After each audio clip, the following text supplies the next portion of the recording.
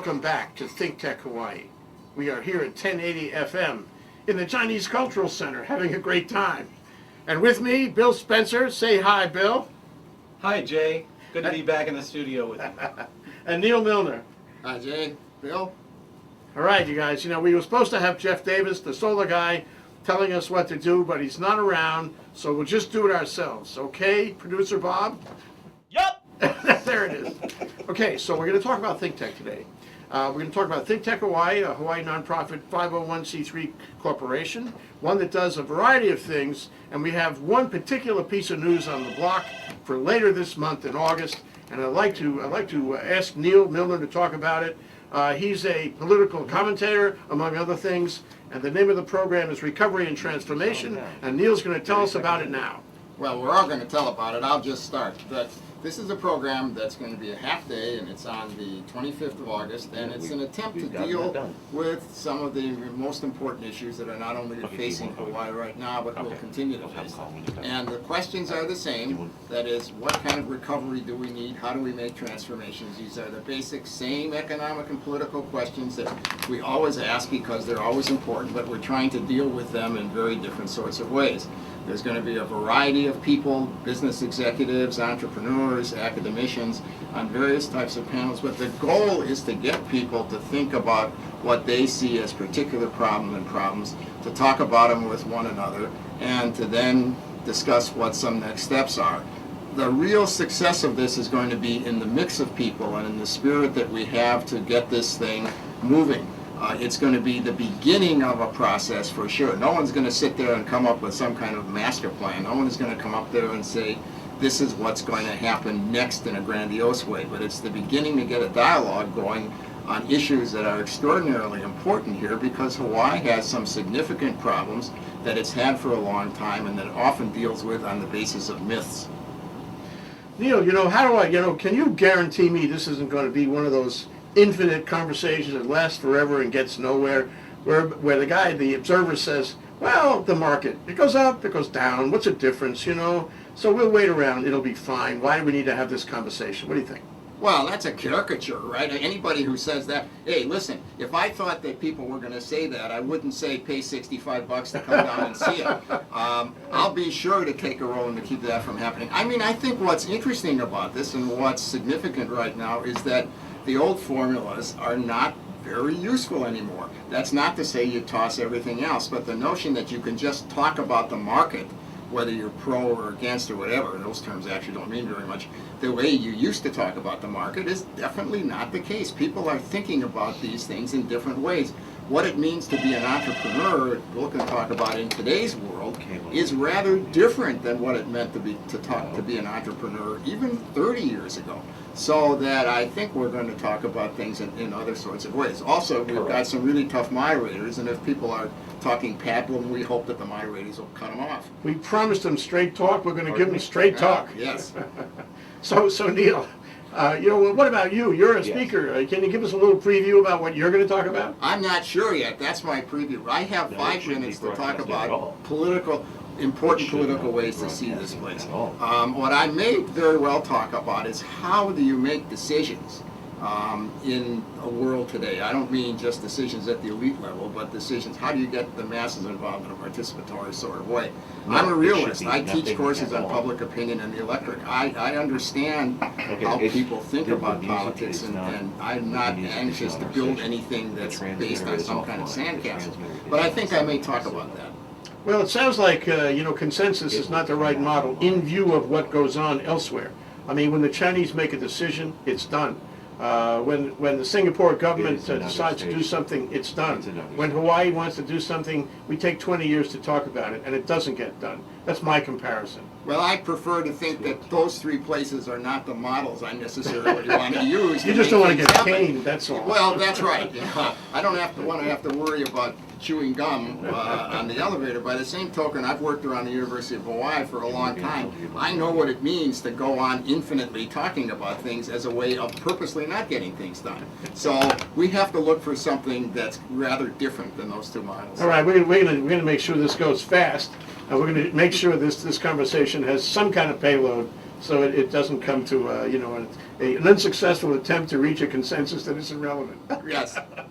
Let me ask you, Bill, you're going to be a speaker also. Are we at a turning point in Hawaii?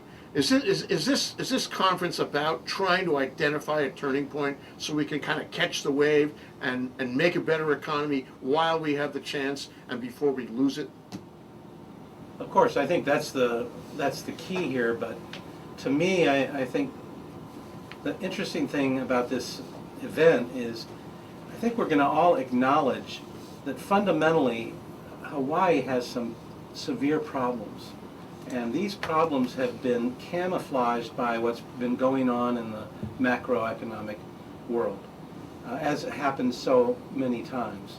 Our reliance on tourism always takes a nosedive when there's a war, there's a horrible event, whatever. We know we shouldn't be relying on tourism. Now we've had a big tank in the stock market, and it's just camouflaged the fact that the fundamentals in Hawaii are broken.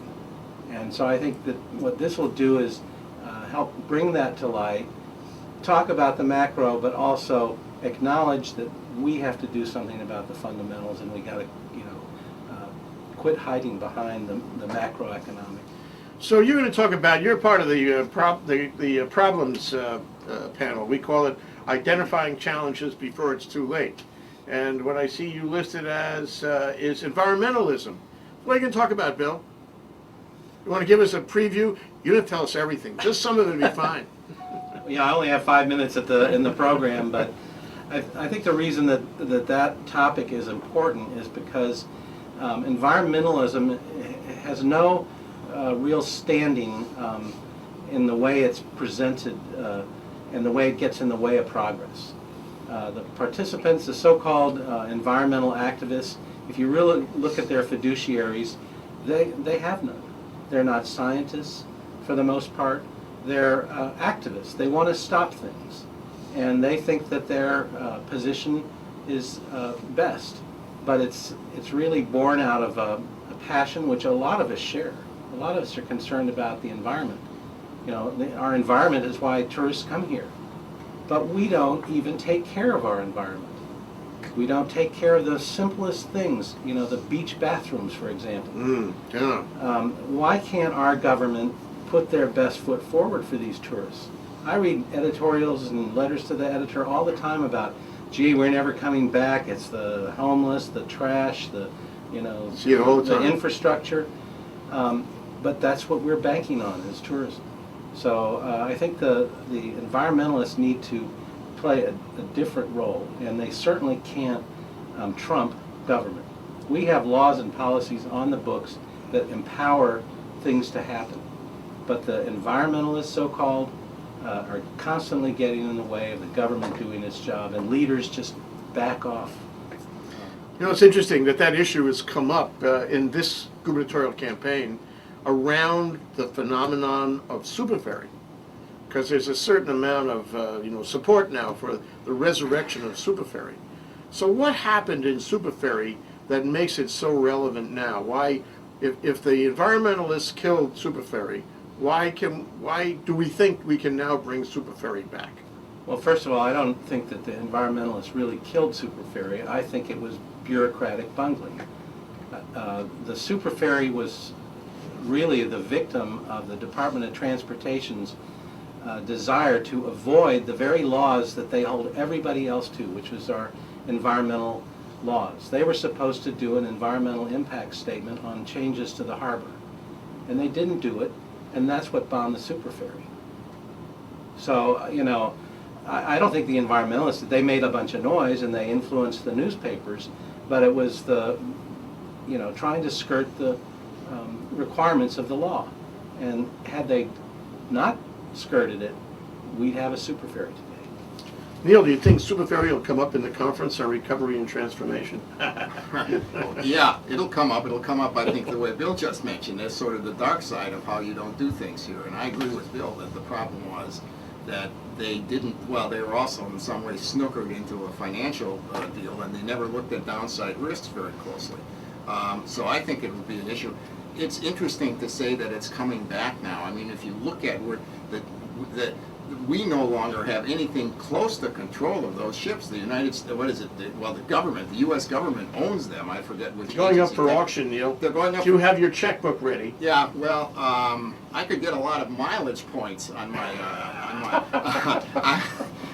the idea that this was a sort of Mufi Hahnemann late idea thing, saying, hey, maybe we should bring it back, and introduced it, and then Neil Abercrombie said, well, I'd have to talk to the Army, but I don't think this is going to happen. And to start all over again through the process with an enormous amount of capital, I don't think it's going to happen. Yeah, capital. Well, that goes to the question of money too. Capital goes. You can quote me on that, Bill. Capital money is irrelevant now. So, what about the problems of the state fiscally? Is that going to come up in recovery and trend? I guess it is. You heard it here on ThinkTech Hawaii. Yeah, if it doesn't come up, We gotta go, people yeah. should ask their money back, of course. It's a money issue, but money just reflects all kinds of other sorts of issues. There's a difference between money and fiscal. It reflects basic economic questions. It affects basic questions about how we do our politics here, how we make our decisions. So that it doesn't make sense, of course, not to talk about the money in a narrow sense, our budget crisis. But it doesn't make any sense just to talk about it that way, because we won't get anywhere that way. Yeah, like the article in the paper last week about being behind the game by $32 billion. That's not really fiscal. It's political, isn't it? I mean, you have to look back and see how the whole system worked that we got into such a pickle. Well, sure, and there's always decisions that are made about how you deal with the amount of money. Now, at a state level, because we really can't do deficit spending, we're limited. But what we decide is the size of the deficit is to some extent a political decision, and certainly how we get out of it is a political decision. This is going to be interesting, exciting. So, Bill, you're the president of the Hawaii Venture Capital Association. You began in that job in 1888, I think it was. Wasn't it? It was a good year. So. It was a good year. They were building the Erie Canal, I think. So HVCA did something quite remarkable this week, and I'd like to cover that with you. HVCA actually made a political endorsement of a gubernatorial candidate. What happened and why? Well, this is our first political endorsement, but as you know, we've been very active in the political scene from the standpoint of working in the legislature to get laws passed that will enable and promote entrepreneurship and promote the formation of capital and make Hawaii a more practical, realistic place to do business. We have a lot of entrepreneurial spirit here and a lot of smart people, but access to capital to get a business off the ground has been constrained by the fact that most investors and most people who would look to the opportunities of entrepreneurship and fund them put their money in real estate or put their money on the mainland. Ain't it the truth? Hawaii does not invest in its own backyard. Even our employee retirement system, which granted has some fiduciary responsibilities to its members, our employee retirement system, a $10 billion corpus, has only put $21 million into Hawaii, and That's only peanuts. $7 million It's a speck. directly. Yeah, a speck. There's something wrong with this picture. If we're going to solve our economic situation, we have to create more export revenues. We've got a limited number of beds for hotel rooms. We've got a limited number of seats on airplanes. Even if we sell them out, we're still in the hole. We're not generating enough revenues to fund our needs. And so, HVCA went through the process of looking at which candidates have the credibility and the ability and the big picture to tackle some of these tough problems and create the environment that's going to encourage entrepreneurship and encourage investment. And that's why we chose former Congressman Neil Abercrombie. Good. It's a new time, isn't it? That trade associations like this actually take political positions, actually make statements, come out courageously in favor of a candidate they feel will be appropriate. It's and maybe a new economics too. What do you think, Neil? Are we talking about the turning point that I mentioned before?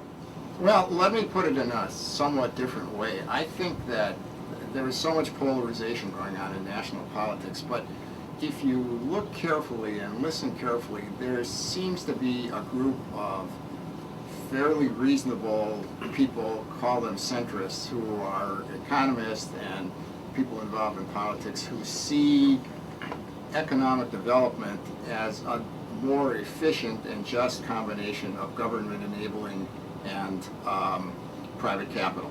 I think in some ways President Obama really wants to do this kind of stuff. He's a victim of circumstances in some ways, and he gets read as being this kind of statist.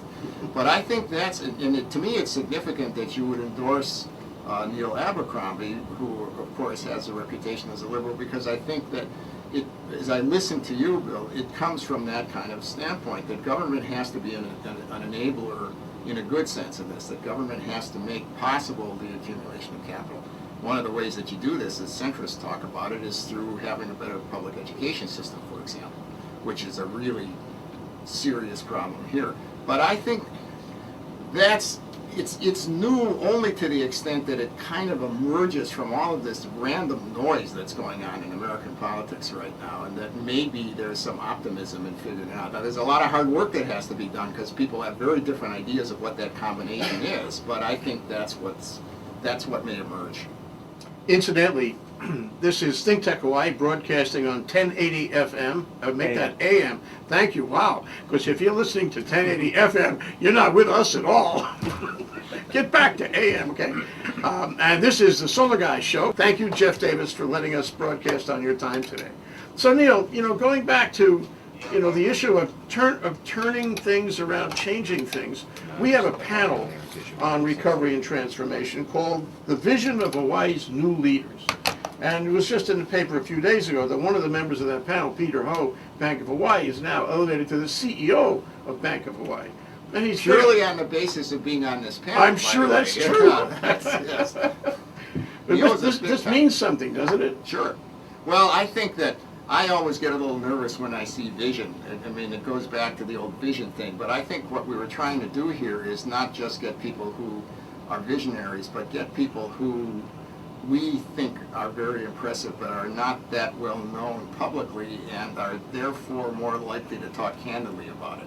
And I think that's going to be, if the vision panel works, it's going to work because you're going to hear people you normally don't hear talk about things in ways that are a little bit different. So, I mean, Peter Ho has had a good career, obviously, but he's not exactly a household word, and in this situation, that makes it good that he's here.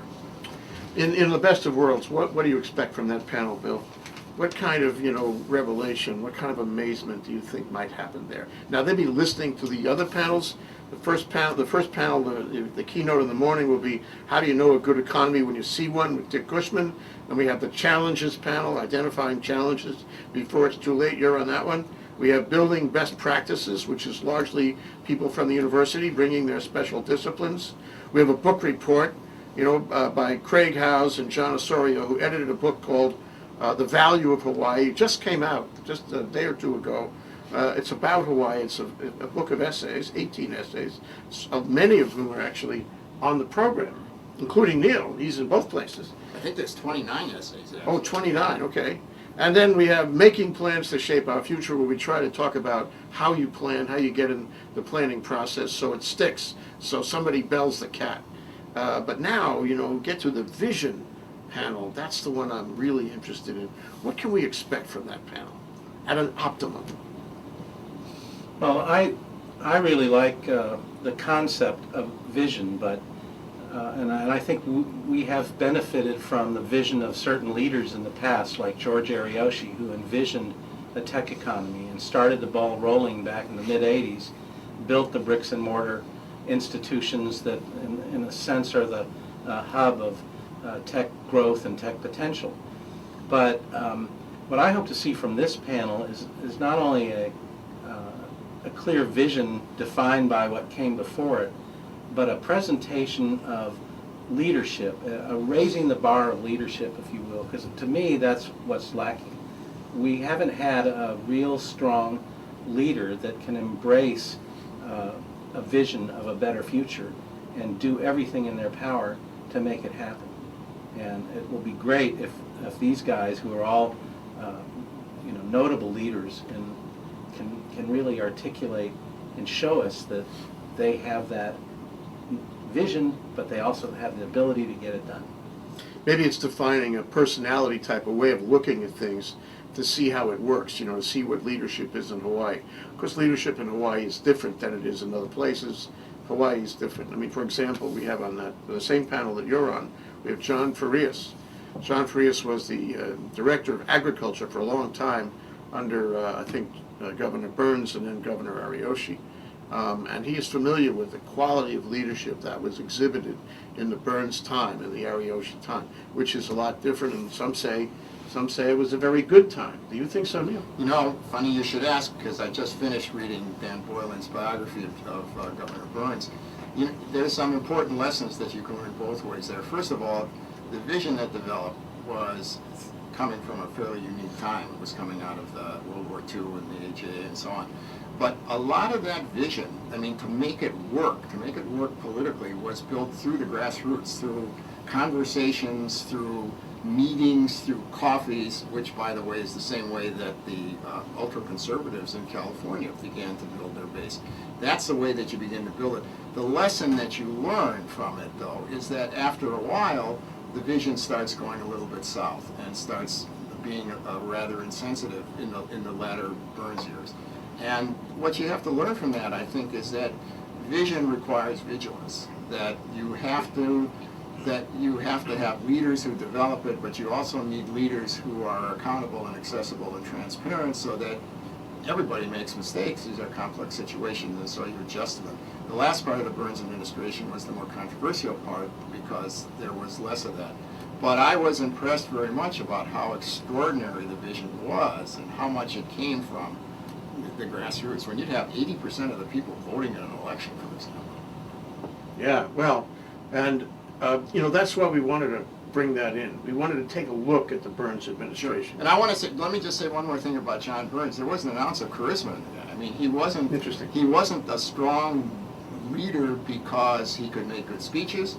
He wasn't a strong leader because he knew how to press the flesh in a kind of flashy way. He sure did other ways. He was a strong leader because he did stuff for folks when other people wouldn't do it, and because he was a tremendous listener, and then he would speak the truth to them. He was not necessarily an easy person to get along with. It just reminds you that there are different styles of leadership, and it's going to be interesting to see how these folks talk about their own styles. Well, maybe we can really learn something about what went on, from what went on in those days, because that was very successful. And in my own view, we haven't had the same kind of success, at least at the state level, since that time. But in fact, the only elected official currently in office in this program is Billy Kenoi, the mayor of the Big Island. That's not state government. That's not state politics. Maybe it's related, but it's not. So are we missing something, Bill, by the fact that we haven't peppered this program with a lot of state legislators and state elected officials? What do you think? No, not at all. I think that, in fact, one of Hawaii's challenges is to break the mold of government as usual. Many island nations throughout the Pacific, the major dominant employer is government. And we've lived in this world where government employees there are no expectations of them. They literally, they don't empower or help the public. They're just time clock punchers. And they know they'll never get fired for doing misdeeds or for being lazy. And that's where, for me, the leadership issue has to change. There are certain parts of government and regulation where there should be more people. There should be more people with expertise. There should be more people that understand, the businesses that they're regulating, and there aren't. But there are other places where they're just people sitting in chairs all day waiting for 4:30 and even doing their own side businesses. I've been in government. I've watched it. I've been in the highest and lowest levels of government. At national level, I've heard that 10% of government employees just don't even show up because there's nobody minding the store. So why even show up for work? They got voicemail, they got email, their desk is empty, somebody says, "Where's George?" "Oh, I don't know, he's in a meeting," and they move on. We've got a broken government, and I think that's where the opportunity to get entrepreneurial enthusiasm, leadership, and all on the same page with fixing this government. You know, it seems clear that that government, or rather our economy, is broken because it ain't working right. And it seems, you know, and one of the reasons for this program, if not a major reason, is to get to that, is to get right down through, you know, just the it rises and it falls to the, you know, baseline common denominator sea changes that have brought us here. But it seems like to me, Neal, that in large part, if you have a problem that has, you know, existed for these years and gotten worse over these years and leaving us in the sad state of affairs we have now, everybody will agree. I think that everybody will agree it's broken. But isn't that because the government failed? In Hawaii, the government is so powerful. It occupies 20% of the population. It has all this money, resource, and if the system has failed, it's the government that has failed. What do you think? Nah, too easy, too easy. Too easy, you I think? think that because far be it from me to, you know, to make a strong statement in behalf of how government works here, although I have a more positive view of government employees, I think, than Bill does. But, you know, one of the things that's impressed me over time here, or depressed me over time, is the extent to which communities have backed off from their own responsibilities in this sort of thing. Neighborhood boards have become more like NIMBYs. People don't participate as much in everyday political life. I don't want to make a moral argument there. A lot of that has to do with how complex and hard it's got to live here. That people have less time and they live in places that are scattered around and have to drive. So it's a multiple job thing, takes them away from their civic duties. Sure. You know, the government here is, there's no way to say that it's particularly bad here compared to other places. It's undoubtedly less corrupt than some of our more notorious places. But I think it's an easy way out to blame it on government. Well, I just want to ask one more question, and then we'll move on to something else. And that is, what about the land system? Anybody want to take a whack at that? How involved? Nothing like doing this in 30 seconds, you know. Do you think the land system, you know, however broken it is going to come up in the context? Is the land system involved in this examination, Bill? Well, that's a hard one. I never meant to make easy questions You for can't you. ignore it. I mean, the buying and selling of land and real estate is how private sector wealth has been made. It's how our big trusts and estates have maintained their power, and it's the biggest argument that that the state has with the native Hawaiians is control of the land. So you put all those things in the crucible, and you've got a real problem to solve, and we have a limited amount of it. You know, that's why I think the ocean is where we need to be. Right.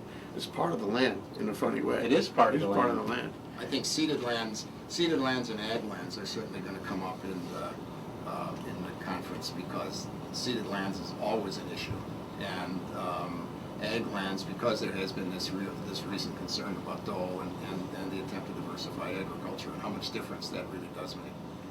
Think it makes any difference? You think that if we had, you know, citizen farmers out there, mom and pop farmers, occupying the hundreds of thousands of fallow acres that used to be, you know, in productive agriculture, you think that would help the economy?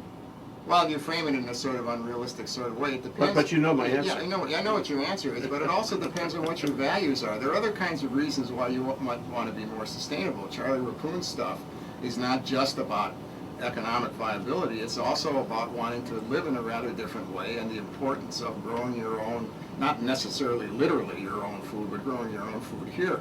So it's a much more complex question than just can we.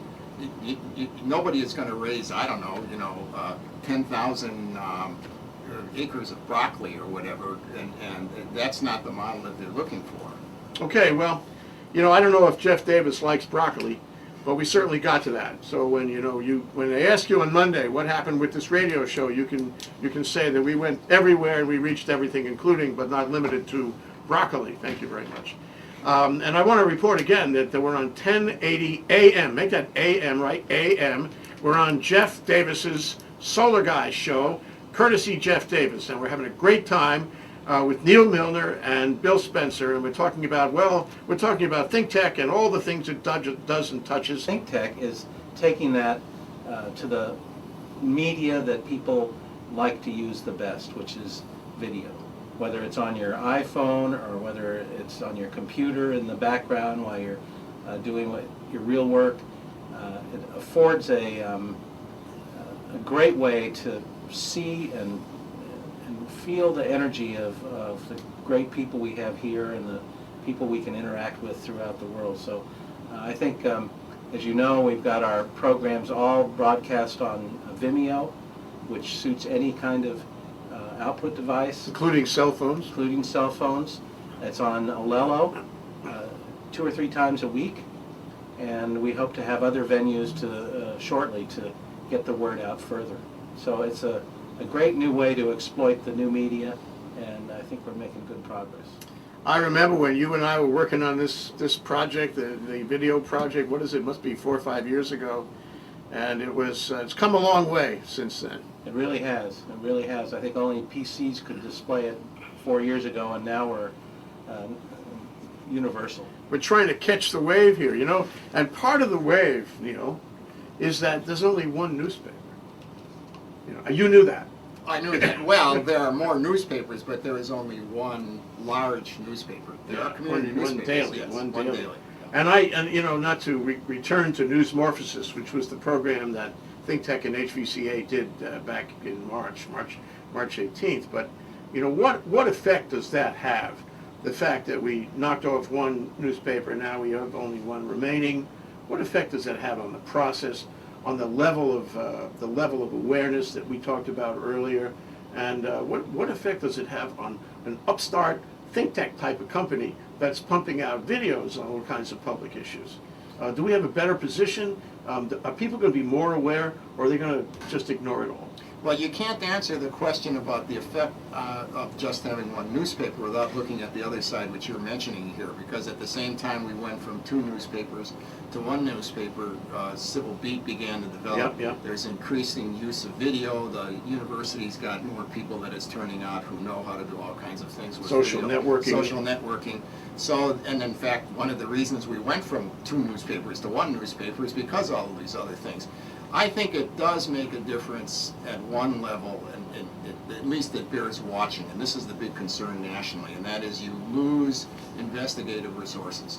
You don't have as many people who can go out and do the kind of deep digging that very few bloggers do. Ian Lind is a little bit of an exception because his blog is dedicated to that. People don't realize, let me interrupt you to say, Yeah. people don't realize that an investigative reporter is expensive. Oh, absolutely. Because he doesn't have deadlines. That's He doesn't have to print, an article every day or whatever it is. The editor has to send him off on his own nickel, or rather on the newspaper's nickel, but on the decision of the reporter himself to do his, and he may not get back for weeks, and you got to pay a salary the whole time. Let me tell you a quick story about that. Last year, the Milwaukee Journal-Sentinel reporter won a Pulitzer Prize for investigative reporting.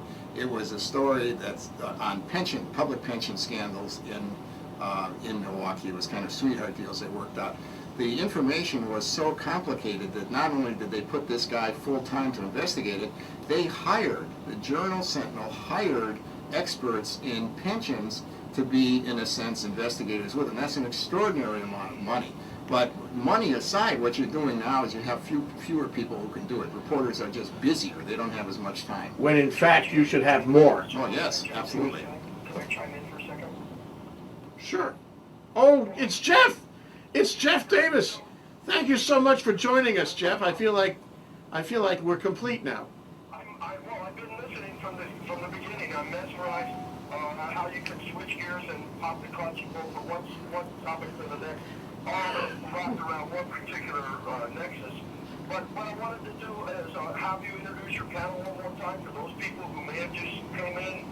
Let's make sure that folks that are listening understand what sort of esteemed guests you got in there and the content that they're hearing, who it's coming from. And so go ahead and let people who just tuned in, who may be tuning in late, understand what we're doing here, who's involved. Would you mind? Okay, the first fellow I want to mention is Jeff Davis, actually. He's the solar guy, and he's the voice you just heard. If you didn't know his voice, you should actually know his voice. And then the fellow who was talking just before that is Neal Milner, longtime political commentator, university professor in political science since I think that was also 1888. And also the ombudsman for the university. Now semi-retired, but he still teaches. No, I'm still. Oh, sorry. No, God, cut that's that. right. Cut that Maybe out. my students and my colleagues think I'm semi-retired. You but look I'm so still relaxed, collecting- Neil. That's the thing. It's So Saturday, relaxed. Jay. You got short pants on. Oh, sorry. I also occasionally teach in short pants, if you must Really, know. I want to come up and see that. Well, be my guest. Now we have Bill Spencer. Bill Spencer is the president of HVCA. He is also an aquaculture person, and he is everywhere and anywhere about venture capital and investment and entrepreneurial activities all over Hawaii, including the university. So, Bill, is that sufficient, Jeff? Is that okay? Well, yeah, it is, and again, because you guys are going on about some very interesting and in-depth topics, and then every once in a while you got to understand that people are tuning in and turning out, so we got to make sure they understand what sort of esteemed colleagues and guests you've got on the show. You gentlemen, keep at it. I'm learning a lot. Keep at it, and mahalo for hosting the show this weekend. Thank you, Jeff, and thank you for letting us have the show. Go for it. I should also mention who I am. Bill is pointing at me, and I'm probably the only one in the studio who is actually wearing long pants, which is very nice on a Saturday. Oh, I'm sorry. Our producer engineer person also has long pants, and our camera person, Steve Van Kempen Lewis, has long pants. So I guess I'm not the only one. But our two other speaking guests here have short pants. And by the way, we're going to take the tape. We're making a videotape of this for ThinkTech, and we're going to put that on Olelo and all our other dissemination sources, so you can see this show in living color in a week or two.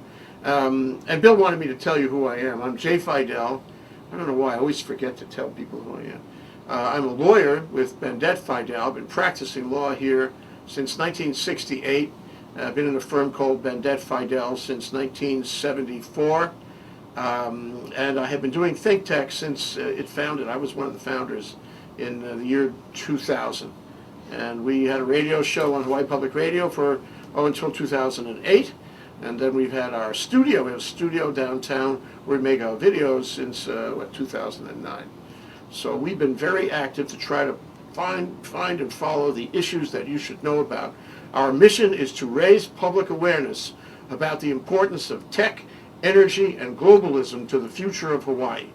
And who could disagree, but we're not sure that everybody got the message yet. Does everybody have the message? I think so, and I think this brings us back to the original, or the discussion a few minutes ago about the press and being a one-paper town. I think what has been lacking and what is lacking in the one newspaper that gets the biggest circulation is original content. You put your finger on it, Neil.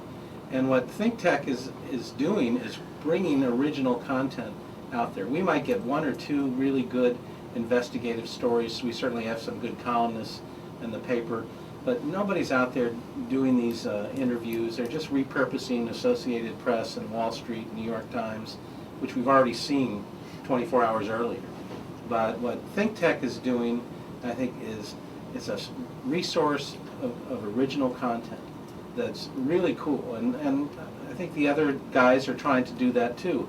Hawaii Reporter, to some extent PBN, but they're sort of stuck with that one or two stories a week. It's all about original content. That's what excites people, and that's where learning comes from. So good job, Jay. Thank you, Bill, and thanks for helping.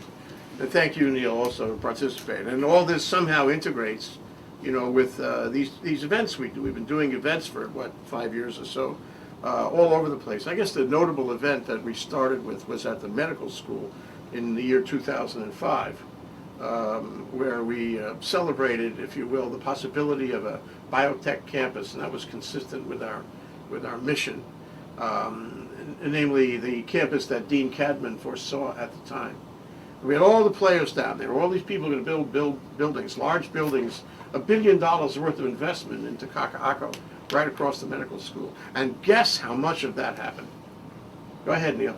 Not very much yet. The cancer center may come in under the wire, otherwise they're going to lose that grant. There's some significant battles over the closing of the marine lab down there. Medical school still has its operations going, but there should, and the private development ran into a little bit of difficulty too. So, I mean, the short answer is nothing. The long answer is maybe. So to go a step further from Bill's comment, the reason I wanted to explore that just a little is that we did a program on that. It was a major program, and it took place at the medical school, and we had all the players who were involved, especially including Dean Cadman, to talk about it. And we remember this. We don't forget. We have institutional memory. We have every radio show we ever did, if you're interested. You can hear Dean Cadman talking about this in living sound. And we have everything we ever did on the video.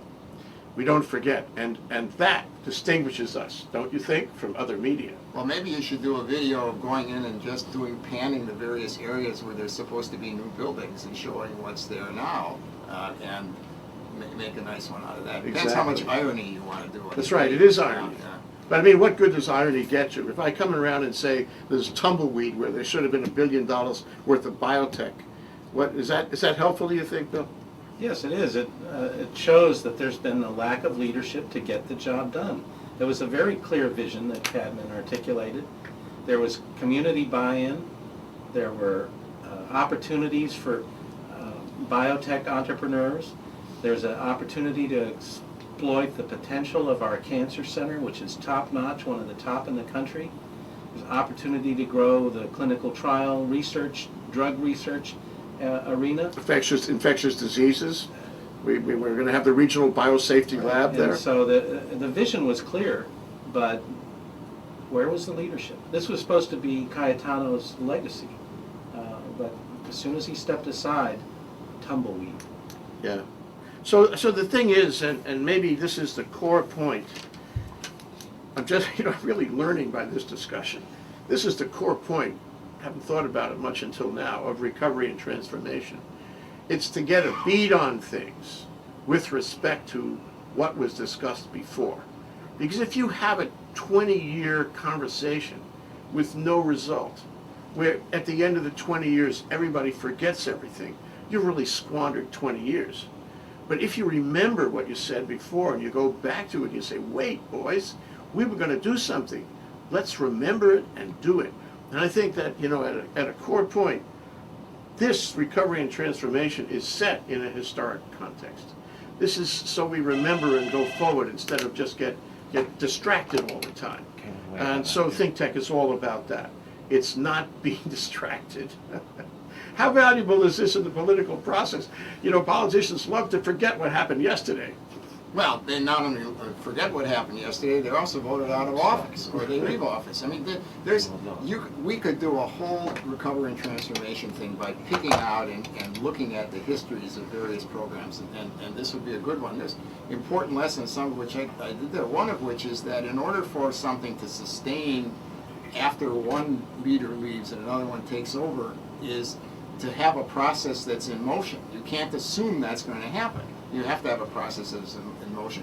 The other thing that you saw in this kind of situation in Kaka'ako, I think, is a tremendous amount of turf issues, a tremendous amount of people knowing what they didn't want rather than what they did want. And some of that is about leadership from the top, but the other part of it is about the kinds of attitudes you have to bring in to make the political process work in an effective sort of way. And you finally reach a point where, if it goes on long enough, you become totally cynical about not only just that incident, but the whole process. And remembering it, you remember it in a negative way. You see, that's how things work here. That's an issue at lots of institutions. That's a big issue at the way the university runs. But I think that's also a way that the state does a lot of the kinds of things, that you become much better at stopping things than you do at creating things. So, how do you change that? And let me, a footnote story is, I remember I was with the High Tech Development Corp for a while, and one of the staff members, we were trying to do something, and one of the staff members said, Jay, you don't understand. You can't just do something in state government. You have to start up a process And then if the process lasts long enough, and the process has a life of its own, it gets off the track so easily. And after 20 years, maybe you'll do something, but maybe not, if anybody can remember. So, but you know, how important is this all, you think, in the development of tech and investment in Hawaii and building a new economy? What do we need to focus on to get people aware so that they support these initiatives, so that they are ready to change the direction of the battleship? Well, Jay, I think we have to have a lot more openness, and we have to make the process simpler.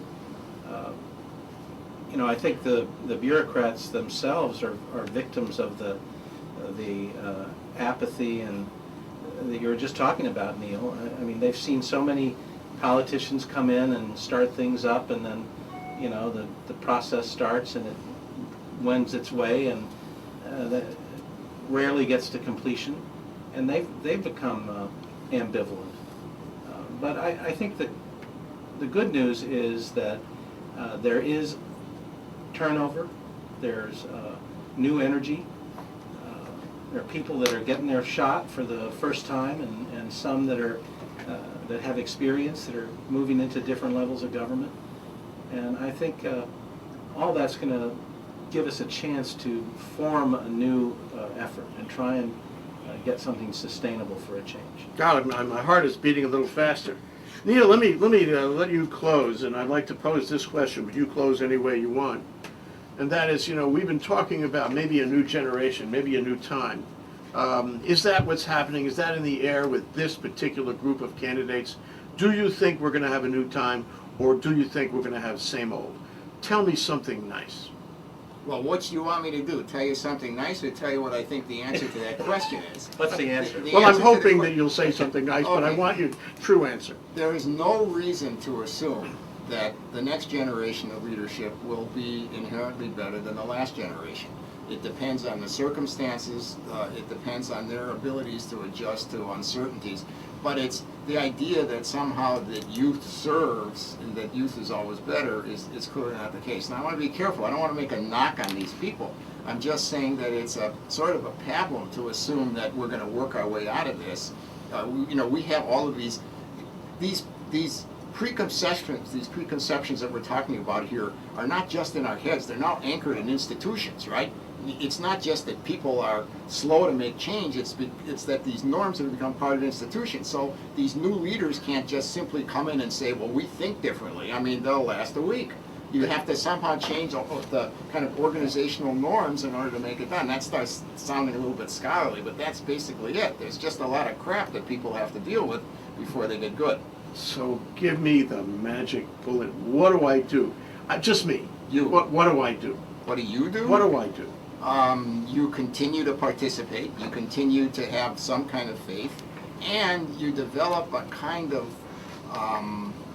I guess I would call it informed skepticism at the same time you believe in the faith of the common person. That sounds really terrible, but I guess what I'm saying is that the only way you can do politics in any sort of effective way is to understand the limitations of people and institutions as well as the capacities of them, and you can't wish your way out of the others.